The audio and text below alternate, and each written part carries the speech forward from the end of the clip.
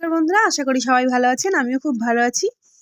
আসলে আমার মেয়ে আজকে জেদ করছিল, ওর ডান্স ক্লাস ছিল। তাই ফেরার পথে আমার মেয়ে জেদ করলো যে মিয়া আমর যাবো, আমি কেক খাবো। আমি ওকে নিয়ে গেলাম।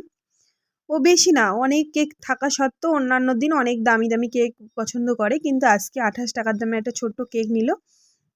সেটা অনেকটাই দামি, কিন্তু অন্য দিনের তুলনায় আজকে একটু দামটা আর কি কম দামের আর কি কেকটা নিয়েছে। যাই হোক, সেই প্যাকেট তো দিল একটা বড়, তার সাথে এটা দিয়ে দিল। ব্যাস, বাড়ি এসে রিয়েকশনটা একবার একটু দেখুন। রাখো, বল কোন কেক নিবি, বল কোন কেক নিবি, বল বল কোন কোন কেক চাই।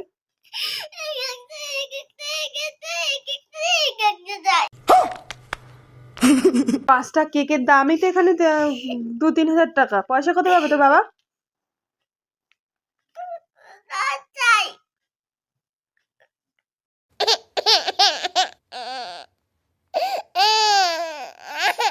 আপনারা শেয়ার করবেন আর আমাকে অবশ্য কমেন্টে জানাবেন যে কার কার বাচ্চারা ঠিক এরকমটাই করে।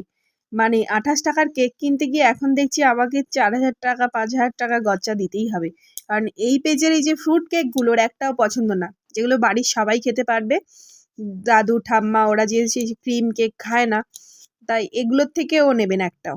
এগুলো তো সবাইকে দিতে হবে, তাই দিতে হবে, তাই ওগুলোর থেকে নেবে না। এইগুলোর থেকে নেবে যেগুলো ও একাই কাটবে বার্থডে কেকের মতো করে আর একাই খাবে।